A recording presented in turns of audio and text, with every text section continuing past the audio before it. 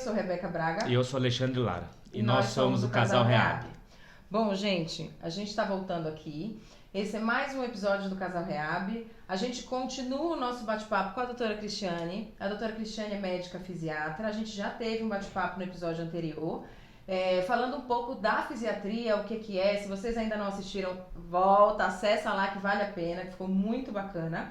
Mas agora, nesse momento, a gente vai conversar um pouquinho sobre a missão humanitária que a doutora Cristiane foi para os refugiados da guerra da Ucrânia. É uma missão humanitária que aconteceu na Polônia e que ela foi tem mais ou menos um mês? Foi em agosto. Em agosto. Isso. Em agosto ela foi para a missão humanitária na Polônia. Doutora, antes da gente falar desta missão humanitária especificamente, vamos explicar para quem está em casa, quem está nos assistindo, o que é uma missão humanitária? Bom, são iniciativas, são organizações, normalmente sem nenhum vínculo com o governo, com religião, com nada, que levam assistência das mais diversas formas para as pessoas que estejam em algum grau de sofrimento. Por desastres naturais, por exemplo, um terremoto, um furacão, alguma coisa, ou, como no caso, por tragédias causadas, por desastres causados pela ação humana. Né?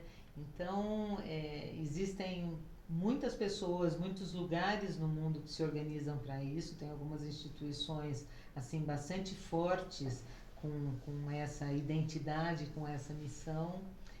E, enfim, participar desse tipo de coisa é uma experiência única, realmente, né? E o que foi determinante para você participar, que não foi em uma, já foi em duas, né?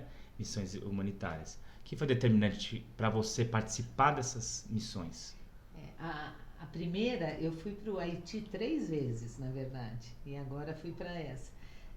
A primeira vez no Haiti, eu era gestora da reabilitação do Einstein ainda. O Einstein, na época, foi uma missão do próprio hospital. Logo que aconteceu o terremoto, em 2010, foi enviada uma equipe com cirurgiões, ortopedistas, intensivistas. E, enfim, a situação lá era tão precária que as pessoas mais graves morreram.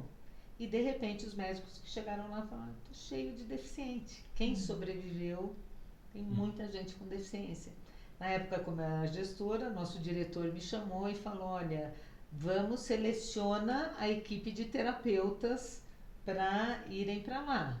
Físio, terapeuta ocupacional, psicóloga, enfermeira.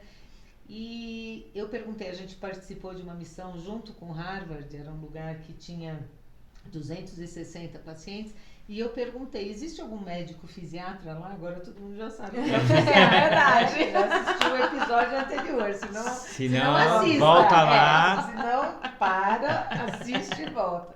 Eu perguntei: tem algum fisiatra? Falaram não. Eu falei: bom, então se não tirar nenhuma vaga de terapeuta, eu me candidato aí, né? E foi uma coisa muito forte na época. Isso faz 12 anos, né? Meu filho era muito mais jovem. Foi logo depois do terremoto. A gente foi com seguro de vida, assinando, porque ainda tinha o risco de ter novos tremores, enfim. E o que me motivou para responder isso tem gente em muito maior sofrimento do que o meu medo, a minha necessidade de autopreservação, né? E realmente são experiências transformadoras na vida, né? Eu sempre falo, depois eu acabei, foi uma experiência maravilhosa, junto com os terapeutas, a equipe médica, tudo. Depois nós voltamos, depois de pouco tempo eu voltei aí sim junto com uma equipe do governo brasileiro com o embaixador lá para a gente localizar o que tinha de serviço de reabilitação no país para poder reerguer, e depois, um ano depois, nós voltamos também, a equipe multiprofissional toda, para fazer um curso de formação para cuidadores lá, né? E a gente teve a oportunidade de ver nossos pacientes que nós vimos no começo, já reabilitados em outra situação. Então, foi uma coisa, uma vivência única. E na época eu era gestora e estava num caminho assim de gestão, de ter que fazer MBA, e aquilo eu falo, foi transformador na minha vida, porque eu falei, eu quero ser médica. Eu não quero ser gestora. É maravilhoso você ser gestor, é maravilhoso você poder fazer coisas assim para um grande número de pessoas, mas essas coisas que tocam o coração da gente, elas trazem à tona qual que é a minha vocação mais né, aquilo que é mais puro dentro de mim.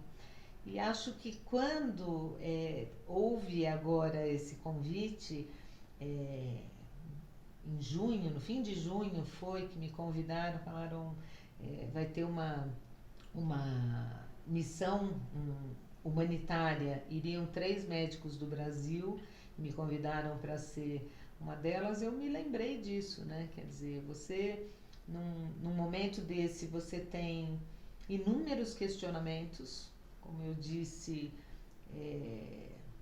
vem à tona um medo, né? Os medos, inúmeros medos, né? De todas as ordens, sou capaz de fazer isso, tenho saúde para fazer isso, será que, porque nós ficamos a 10 quilômetros da divisa com a Ucrânia. Essa né? era a minha pergunta, se você tinha ficado com medo. Medo de já respondeu. ser atacado onde você está. Então, porque é muito próximo, né? E para começar a Terceira Guerra Mundial é só errar um pouquinho o alvo. Então, vem à tona esse tipo de coisa, e aí é muito lindo, né? Porque vem junto uma percepção de que sua coragem é maior do que seu medo. E é quando a gente se move para fazer alguma coisa. E aí o processo para ir para a Ucrânia passou por isso, eles te convidaram, e aí os 3 médicos, foi gente de mais gente do mundo? Foi. Como que foi?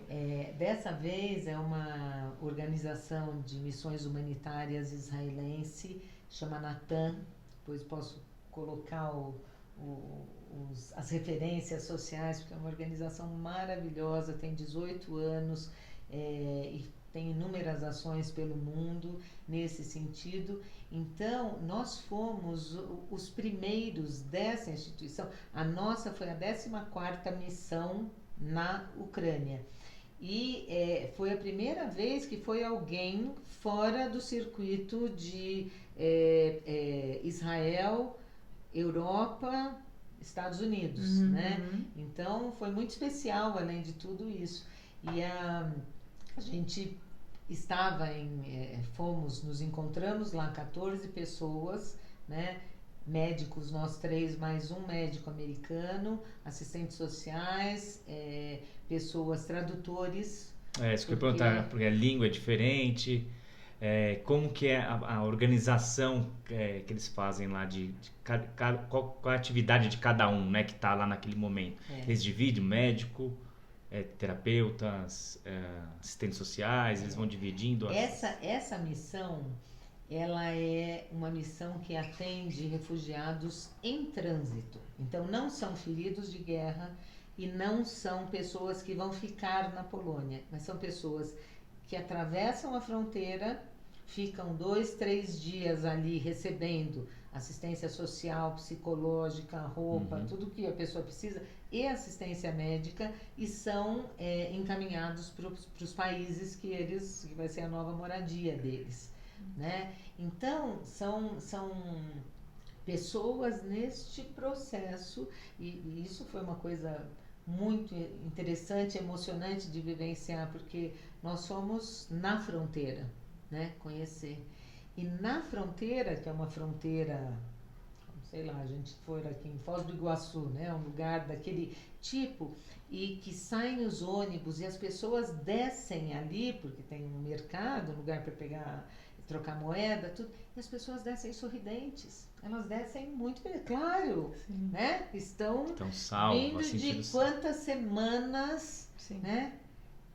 E esse rosto sumia 10 quilômetros depois, quando chegavam no lugar que a gente estava atendendo, que era como tinha sido anteriormente como um pequeno shopping center que foi destinado para várias organizações do mundo, mas a única que dava assistência médica era a nossa, né? Mas tinha vários outros serviços. E quando eles chegavam ali, parece que Caía a ficha. caía a ficha. Quer dizer, o que é então, assim, aquele rosto, aquele sorriso, aquela esperança, isso sumia. Eu tinha que mudar o parâmetro do que é pressão alta, por exemplo, né? Entendi. Porque todos seriam hipertensos, todos. E aí você vai ouvindo a história de cada um. E nesse contexto que você colocou, né, Ali, a questão das línguas. Você imagina, a comunicação em comum ali entre a equipe é em inglês, né? Entretanto, nós estamos na Polônia, que tem uma língua muito diferente, falando com os tradutores, traduzindo para o russo, mas muitos ucranianos estão se recusando a falar russo. Então, também, às vezes, tinha uma subtradução para o ucraniano, para algum dialeto.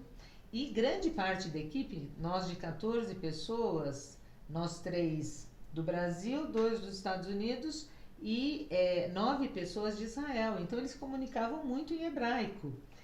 Nossa! Então, era uma coisa assim, e as paredes, porque o lugar que a gente atendia era um lugar pequeno, as paredes cheias de protocolo de atendimento de trauma, de abuso, de como manejar, e quando eu dou aula até mostro as fotos, né? Porque são os anúncios, se tiver uma emergência, para quem chama, se precisar de dentista, nas várias línguas. Então, esse primeiro contato que você fala, e a gente, além de tudo, pensando em português, né? Então, e aí você fala, nossa, a primeira reação talvez seja quando você entende, você fala, o que eu estou fazendo aqui mesmo, né? Por que é que eu vim? E aí você entra nesse entendimento, né? Se eu estou aqui, estou me sentindo assim, você imagina essas pessoas. E aí você entra e fala, eu vou fazer o meu melhor. Então, e vou levar, né, um pouco dessa experiência em reabilitação. Então, uma coisa que eu fiz, que a nossa foi a 14ª missão, mas foi a única que teve isso. Eu montei umas apostilas que a gente, com os símbolos que a gente usa em comunicação alternativa. Eu montei uma com sintomas e sinais, então são as fotos da pessoa com dor de cabeça, dor de garganta, diarreia, não sei o que, para a pessoa apontar, e outra das emoções, né? Dizendo, tô confuso, tô com saudade de casa, tô triste, tô com raiva. Então, porque por mais que a gente tivesse os tradutores, tem momentos, primeiro assim, né? Às vezes está mais tranquilo e às vezes vem muita gente, então às vezes não tem tradutor. E às vezes, quando a dor de quem você está atendendo ela é muito grande, essa pessoa não saca que tem um tradutor entre você e ela, sabe? Então, ela começa a falar. E não dá para falar, não, espera. Ela vai me falar aqui, você acolhe, né? Você abre todos os seus canais de compreensão não verbal, né? Então, é uma experiência realmente maravilhosa. Gente, que fantástico. E foi muito diferente, com certeza foi diferente do Haiti, né? Que você leva de um e leva de outro, assim, como experiência? O que você diria nesse sentido? Apesar do Haiti, da tragédia imensa, né? Porque quando a gente andava lá, a TO, por exemplo, que vê a questão da acessibilidade, porque já é um país com uma geografia complexa naqueles escombros. Então, apesar de tudo isso, existia nos pacientes, nas pessoas, uma abertura, até um sorriso de saber assim, porque eles vivem nessas dificuldades. Independente, o terremoto é mais uma das questões desafiadoras que eles têm que enfrentar. mas eles vivem. Então, existe uma, né, que bom que alguém está enxergando, que bom que alguém está vindo me ajudar, né? Tinha muito essa sensação de gratidão. E aqui, muito diferente, uma coisa que toca muito, é assim, são pessoas que estavam na sua vida como qualquer um de nós está. Tenho minha casa, eu tenho minha família, eu tenho minha profissão, eu tenho meu emprego, tenho meu lazer, e de repente é como se a gente está aqui gravando, alguém entra e fala, gente, pega o que você tem aí e vamos embora, porque você tem que sair da sua vida, você tem que deixar a sua vida. Então, existe uma identificação muito grande assim de que poderia ser eu. E dessa sorte de, nossa, como eu sou privilegiada por estar nessa situação. Então, uma vivência realmente muito, muito importante, né? Quando a gente vai ver, essa é a definição de desastre, né? O desastre é aquilo que excede a nossa capacidade humana de suportar alguma coisa. E o desastre sempre envolve pessoas, né? Então, são pessoas em profundo sofrimento, profundo sofrimento. E elas ficavam nesse lugar de transição e tinham um lugar certo que elas iriam, que elas eram encaminhadas? Como que era feito esse direcionamento dessas pessoas? Então, muitos já tinham, assim, pré-determinado, muita gente indo para a Alemanha, para a Holanda, possivelmente alguma organização anterior, antes da fronteira, talvez já tivesse encaminhado. No lugar que a gente estava, tem um mapinha, porque a gente, como eu falei, está bem do ladinho da Ucrânia, mas tem um mapa da Polônia com os inúmeros lugares da Polônia que as pessoas também poderiam ir, que estavam aceitando, cidades menores, tudo. E existia essa equipe, então quando a pessoa chega, ela já é recebida por uma equipe de assistência social que vai fazer como essa triagem de ver você tem, não tem, e vai providenciar transporte, tudo que essa pessoa precisa, né? E quando vai ficar ali, na Polônia também faz o encaminhamento. A gente teve a oportunidade, o nosso trabalho foi neste local para essa população, mas a gente teve a oportunidade de conhecer, por exemplo, um local nessa cidade que nós estávamos, chama Przemysl, que abrigava, por exemplo, aí de forma permanente, 550 ucranianos que estavam morando lá, né? Então tivemos uma ação ali, e aí já condições mais complexas, inclusive, né? Quartos com 10 beliches, parte das nossas enfermeiras passou um dia lá tirando o piolho da cabeça das pessoas. Então, a Covid, por exemplo, é uma coisa assim, que se existia uma suspeita, era encaminhado, porque, assim, dentro daquele contexto, é muito engraçado, né? Porque a importância das coisas, ela muda, né? O que é emergência, o que é aquilo que você simplesmente encaminha, e principalmente, assim, essa noção, né? Quando você vê uma pessoa, depois dessa primeira fase de você falar, não, eu sei o que eu estou fazendo aqui, aí você se abre inteiro, e você fala, nossa, eu quero fazer tudo por essa pessoa.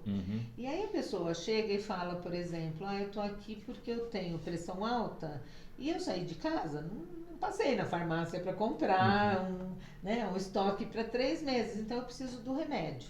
Bom, primeiro isso, né? Ela te dá um remédio que está escrito numa língua que nem sempre você entende, nem sempre está escrito o nome comercial. Aí a gente tem aquela parede de remédio onde você vai tentar dar. Mas enquanto isso, tiro a pressão, converso, vejo que essa pessoa, você tem mais alguma coisa, ela começa a falar.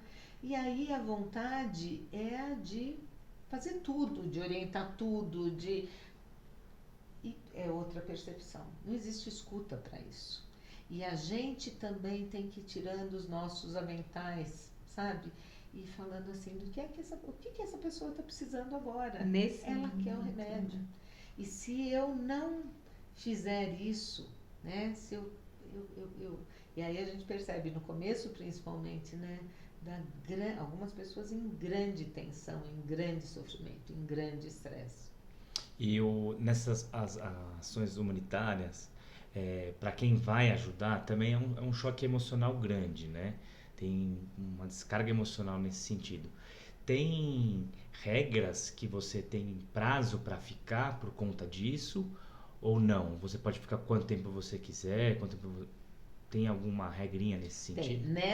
Cada organização tem as suas regras, né? Nesta organização que a gente estava, o tempo que você fica no trabalho é de 2 semanas cada equipe, né? Tem o tempo de ir, de voltar, mas enfim, atuando 2 semanas justamente por isso. E tem toda uma pré-seleção, né? Onde você preenche formulário, você manda o currículo, sua formação, o porquê que você quer estar ali, passa por uma triagem para ver se você vai ser aceito ou não, né? E toda uma questão médica, se você está em condições médicas de fazer aquilo. E todo também um manual. Isso foi uma coisa que eu não sabia, por exemplo, no Haiti, as pessoas, todo mundo queria tirar foto com um sorriso, aquele sorriso maravilhoso que eles têm. Quando é uma missão relacionada à guerra, você não pode fotografar o rosto das pessoas, você não sabe quem são aquelas pessoas que estão ali, né? Então tem toda uma regra de etiqueta, de como fazer, de como documentar, de como abordar as pessoas. Então a gente tem um treinamento antes para isso, né? Eles mandam os manuais, a gente teve reunião online antes, então, inclusive com a equipe que estava antes, aí você chega, tem uma passagem de plantão, é muito organizado. E tem pessoas que não aguentam ficar e vai embora antes ou não? Você já viu isso? Quando nós chegamos, eu tive essa experiência no Haiti, da gente perceber a nossa própria equipe, quando a gente, além de tudo no Haiti, era uma situação muito adversa do ponto de vista climático. Os pacientes estavam dentro de barracas, literalmente barraca de camping, e fazia 54 graus dentro das barracas. E a pessoa lá, com fixador externo, amputado, com soro pendurado na barra. Então, uma coisa muito assim. E nos primeiros dias, assim, a gente não conseguia trabalhar meio-dia. Tem foto, todo mundo deitado no cimento meio-dia, porque havia hipotensão em todo mundo. E foi muito legal, porque foi uma missão do Einstein, e o Einstein teve essa sabedoria de, na nossa equipe, mandar pessoal da manutenção.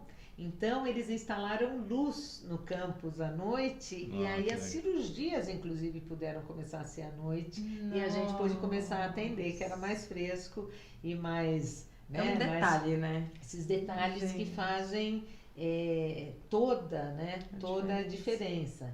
Então, cada missão tem a sua peculiaridade nesse sentido, né? Que bacana.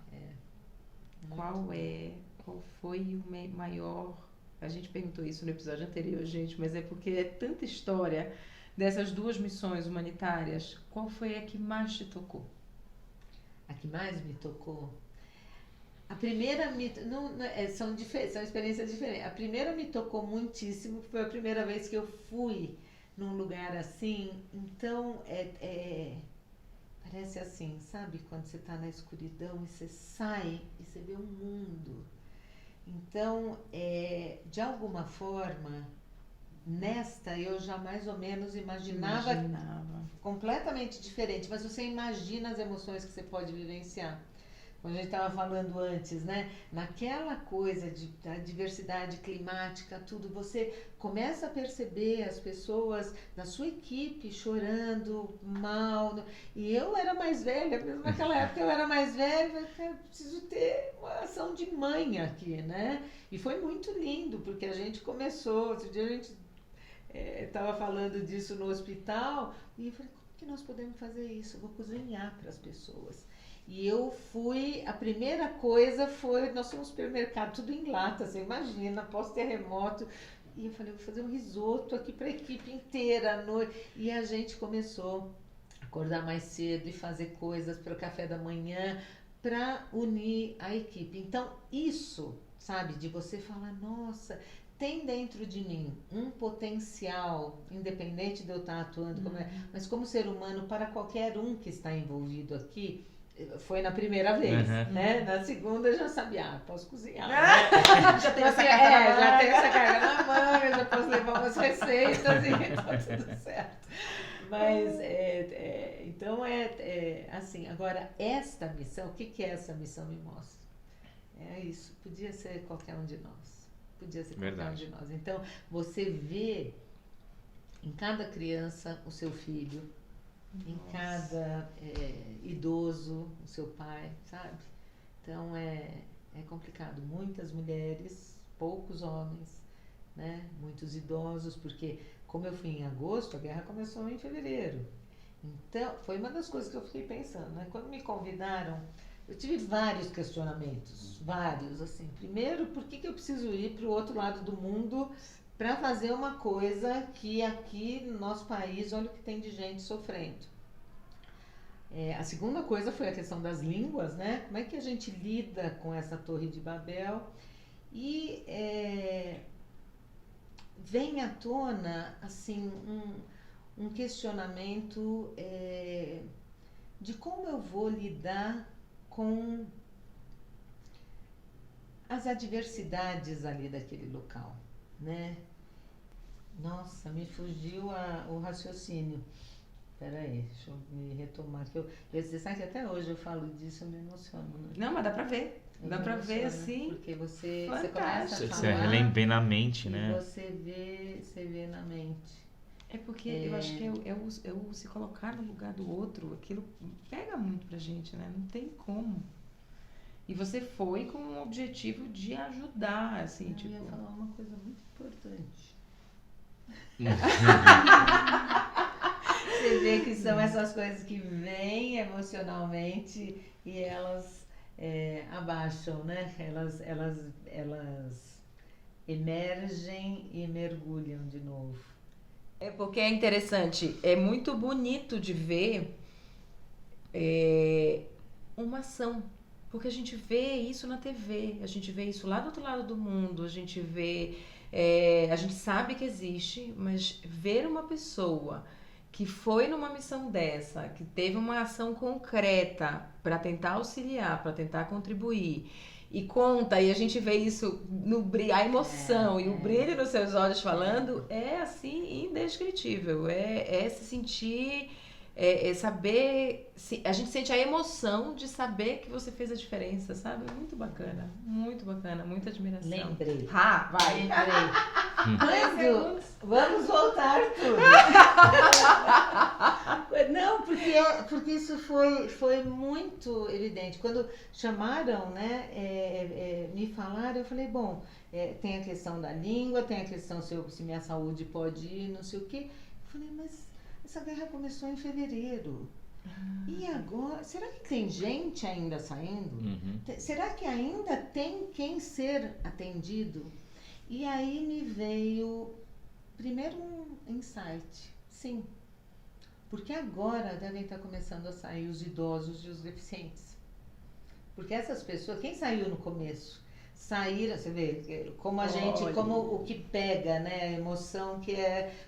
Porque era exatamente isso, as pessoas, no início, quem é jovem, quem tem, né, sai e fala, bom, vou enfrentar, mas quem vai sair agora? São os mais vulneráveis. E realmente, você começa a ver, por exemplo, eu fui, e realmente me pega emocionalmente, porque eu estava me lembrando dessa cena que foi talvez uma das que mais me tocou.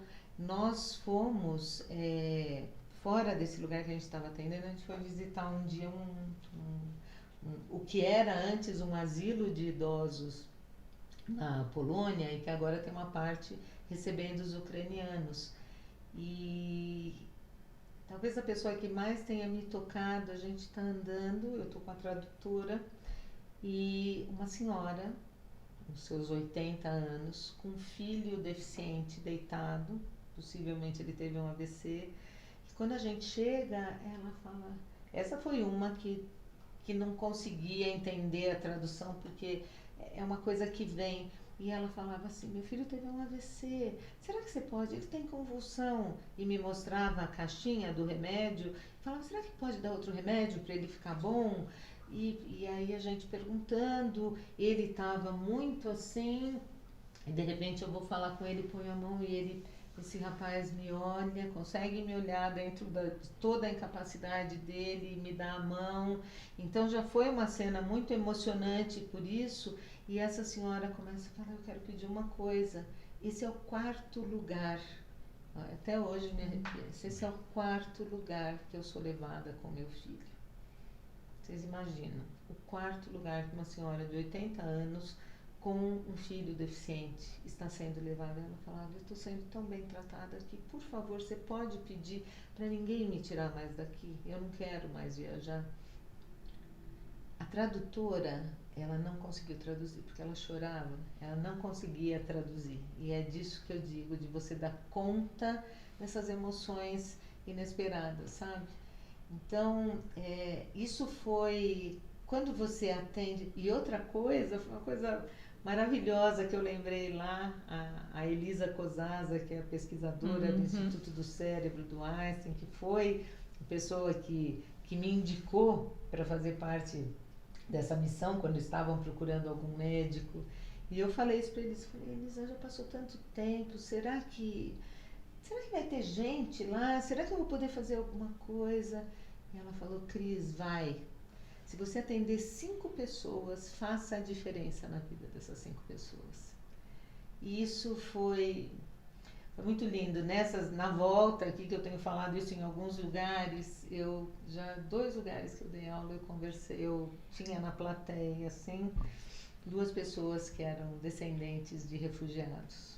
E que, falando isso, né, eu gostaria de falar, minha família vem de uma história dessa, e eu ouço minha mãe, meu avô, não sei o que, contando o quanto foram importantes as pessoas no meio do caminho, as pessoas que então, não entende, é uma emoção completamente diferente uma da outra. Ela conseguiu segurar a emoção dela, eu não, gente. Não tem como. Muito emocionante. É muito emocionante. Outra gente. coisa que foi uma cena muito marcante para mim, isso foi nos primeiros dias, um menino lindo, uns 14 anos, ele chega ali e eu estava com a tradutora israelense, mas a enfermeira também era israelense, as duas começam a falar em hebraico, ele mostra que tinha alguma coisa e eu acho que ele está com diarreia e elas achando que era constipação, sei lá, alguma coisa nesse sentido. Enquanto a gente discutia, elas falando entre elas, eu viro para ele, ali eu falei, gente, como a gente realmente tem que tirar as nossas vestes, né? Dentro desse contexto, eu viro para ele e falo, você está se alimentando bem, você tem se hidratado, você tem... O menino olha para mim e fala assim, peraí, pede o celular da enfermeira, abre o Google Maps, põe o mapa da Ucrânia e me mostra de onde ele estava vindo. Que ele estava vindo do lado de Mariupol e que ele tinha atravessado para estar ali. E ele só faz isso, ele me mostra isso. E fala. Aí você fala. Okay. Que oportunidade de ficar quieta que eu perdi. Mas então, esse tipo de coisa, sabe? Esse tipo de coisa aqui. Então, são experiências transformadoras. Quanto né? aprendizado. Muito obrigada, doutora, por poder compartilhar com a gente. Muito emocionante para a gente poder ver esse brilho nos olhos, a gente poder trazer isso para o Casal Rehab. A gente acompanhou, gente, você imagina, fechar consultório, os pacientes que a gente atende, que ela atende, não ficaram sem a médica, porque a médica deles viajou numa missão humanitária. Ela abriu mão de tudo isso para ir para lá. Então, a gente acompanhou isso desde o início, desde a ida. E muito obrigada por ter vindo compartilhar isso tudo com a gente. Foi uma coisa transformadora. Transformadora, emocionante. Emocionante. E aí, assim, acho que motiva mais pessoas a fazerem isso também, né? Sim. E obrigada por tentar compartilhar isso e dentro da sua vivência transformar um pouquinho da gente também. Isso é muito bacana, muito bacana. Isso foi uma das coisas que eu também pensei. Será que a gente, não só por isso, mas isso é para a gente levar para a vida da gente como um todo, né? As nossas ações de corpo, as nossas ações de fala, as nossas ações de mente, elas são capazes de tocar outras pessoas. Então, dependendo de como você conduz a tua vida sob esses diferentes aspectos, você pode sim tocar o mundo, né? Nosso país e este mundo está tão necessitado desse tipo de coisa, né? Não precisaria ter uma guerra do outro lado do mundo para a gente entender o quanto a gente precisa ajudar as pessoas. E o maravilhoso disso o Dalai Lama fala isso. Esse é o paradoxo da compaixão. Quando você acha que você está ajudando o outro, né? Na verdade, o maior beneficiado é você. Né? Então, que cada um de nós possa encontrar essa ação compassiva no dia a dia, né? A gente fala muito de empatia. A empatia é você poder se deixar ser tocado pela dor do outro. Isso é muito importante. Mas a compaixão, ela envolve uma ação. Você é tocado, mas você faz alguma coisa para aliviar o sofrimento dessa pessoa. Então, acho que se cada um de nós, no seu dia a dia, nas pequenas for entender isso, a gente realmente é capaz de mudar o mundo. É isso aí. Muito obrigada. Obrigado por compartilhar toda a sua experiência, toda essa emoção. Esse episódio ele é mais emotivo mesmo, ele é um pouco mais sério, mas eu acho que vai ser de grande valia para todos que estão escutando a gente, para todos que estão assistindo, que é transformador realmente. Muito obrigado. Sem palavras. De coração, não temos Obrigada a vocês pela adjetivos para te agradecer. Muito obrigado por tudo. Foi transformador pra gente.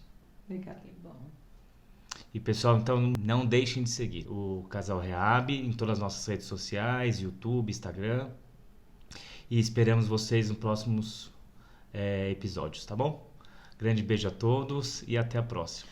Sigam doutora Cristiane, @Cristiane Isabela de Almeida. Acertei? Acertei. E a gente se encontra na próxima. Tchau, tchau. Tchau, tchau. Tchau.